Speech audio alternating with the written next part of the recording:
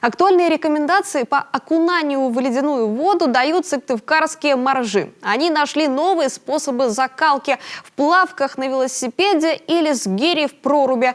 И крепкие морозы, похоже, им только на пользу. От одного видео становится холодно, но не посмотреть нельзя. Репортаж Александры Головиной.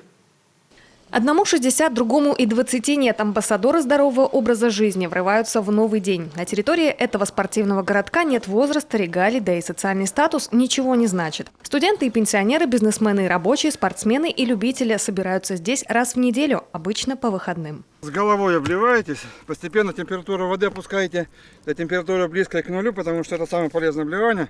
Опытный морж Василий Трындюк рассказывает, готовиться к окунанию нужно поэтапно. Начать с физкультуры на открытом воздухе, затем растирание снегом и обливание. Сначала частичное, а потом можно и с ног до головы.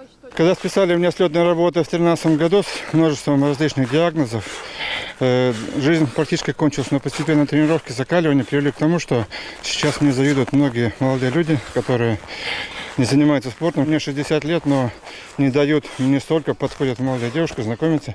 А когда узнают, что я старше их родителей, конечно, смущаются. За пару часов до выхода на холод любителям зимнего экстрима рекомендуют плотно поесть. Желательно жирную пищу, она хорошо насыщает. Перед погружением важно разогреть мышцы, сделать легкую разминку. Тогда окунание пройдет с наименьшим стрессом для организма.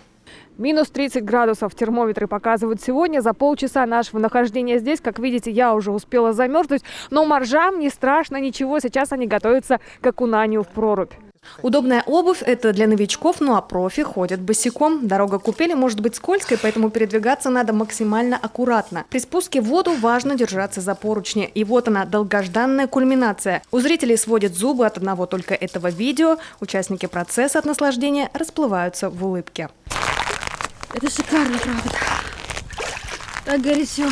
Больше минуты находиться в купели не рекомендуют, ровно как и окунаться с головой. В таких условиях легко получить переохлаждение. Но это опять же рекомендации для неопытных пловцов. А вот наши моржи не могут представить жизни без проруби. Такая вот необычная зависимость. Надо просто делать контрастный душ. Холодная, горячая вода, максимальный перепад. И не бояться выходить босиком на улицу, на снег. На балконе, в доме, где угодно. Вот, открывайтесь этому миру, принимайте холодные ванны, будете здоровы. Иммунитет будет на все 100. После окунаний ты ощущаешь такой прилив сил. Сразу хочется делать, заниматься любимыми делами и двигаться вперед. Это круто. В клубе сыктывкарских моржей 80 человек. Здоровое тело, здоровый дух, а еще неповторимая северная зима, лес и хорошая компания. Каждый для себя непременно находит что-то свое. И морозы тому не преграда, даже когда отметка на термометре опускается ниже 40 градусов.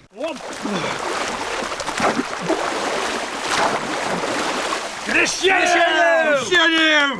Александра Головина, Алексей Паршуков, телеканал Юрган, Сыктывкар.